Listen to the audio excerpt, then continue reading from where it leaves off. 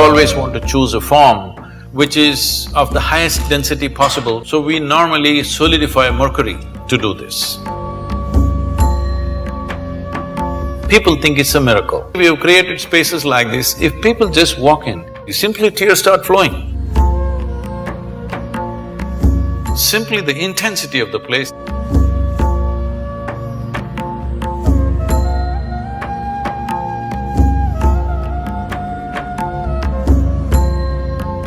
Namaskaram, Sadhguru. I would like to know about science of consecration, and if I'm worthy of knowing it, how do I go about it? Oh. Well, we must congratulate Yalda, because in the next 3 weeks she will be a mother. Thank you.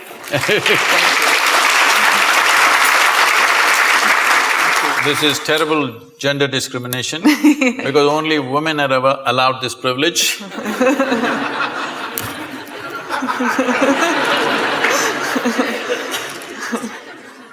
So, she was talking to me about how she's conscious when there is a situation in any place, given place, without any logic to it, conscious of certain energies and how different people and different forms and different spaces impact you. So the science of consecration is just this. The best material to consecrate is a human being. Because of all the physical forms on this planet, this is the most evolved physical form. The easiest thing to consecrate is a human being. But the problem with the human being is, every few minutes they'll make a U-turn. You can consecrate them right now, by tomorrow morning we don't know. So first of all, to get them committed to stay with whatever is given to them is a big issue, especially in today's world.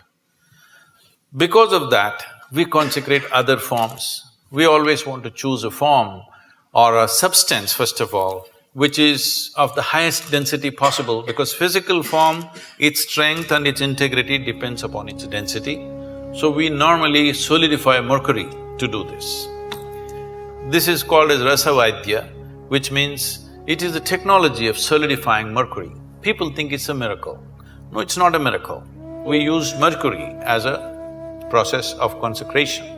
The idea is it will change the very energy in which you are. Well, today our modern science is still busy studying physical things. Everything physical about you has been gathered from outside, isn't it so? Hello? What you call as my body is just a piece of this planet. You slowly gather it by the food that you eat. So if everything physical about you is just something else, not you, what you gathered cannot be you. What is you? Definitely there is a dimension beyond physicality. If you ignore that, there's simply no life. But right now, still the logic, the human logic which thinks it is scientific is still at this level of logic that except what I can measure on the instrument does not exist. So actually all of you do not exist because you cannot be measured. This happened to me. I don't subject myself to these indignities anymore. Way back, because of some obligation, I was in some institute, they said, we want to measure your gamma waves. I didn't know I had gamma waves. They said, no, there are gamma waves in your brain, we will measure it. So they put 14 electrodes into my body and they said, meditate. I said, I don't know how to meditate. They said, you teach everybody meditation. Yes, I do, because they don't know how to sit still. If you want, I will sit still. But this is the whole problem. Their problem is they want what kind of meditation? They want a name and the process and they want to measure the result. So I am not going to give them that pleasure. I said, if you want, I'll sit still. So I simply sat. After about 20 minutes, with some metallic object, they're hitting that funny place in your elbow, where it hurts most. Then I thought it's part of their experiment and I sat there. Then they're hitting my ankle, my knee. It became quite consistent and painful. Then I opened my eyes and said, am I doing something wrong? Why am I being beaten? They said, no, according to our instruments, you are dead. I said, this is a great diagnosis you have. But then they thought through and they said, no, it looks like your brain is dead. I said, I will stay with the first opinion.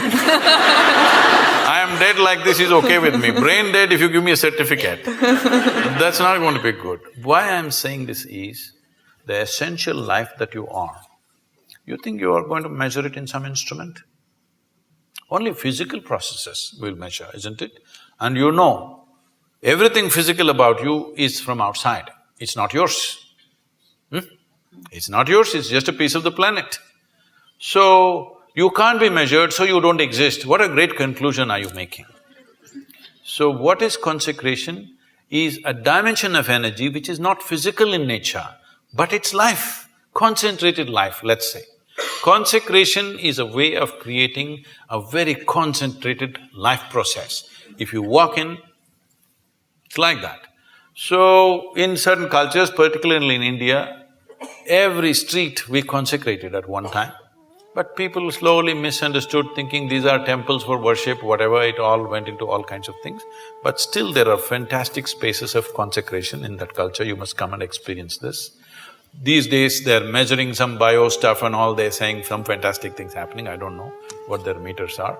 But I know this, Yalda is saying she knows this, if you walk into a space, you know how alive or dead that space is.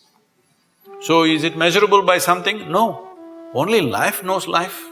When life meets life, it knows. When life meets death, it knows. Is there some instrument to measure this? No, because all your instruments can only measure physical processes. So consecration is that concentrated life process. No human being should live in unconsecrated spaces. If you care for humanity, especially children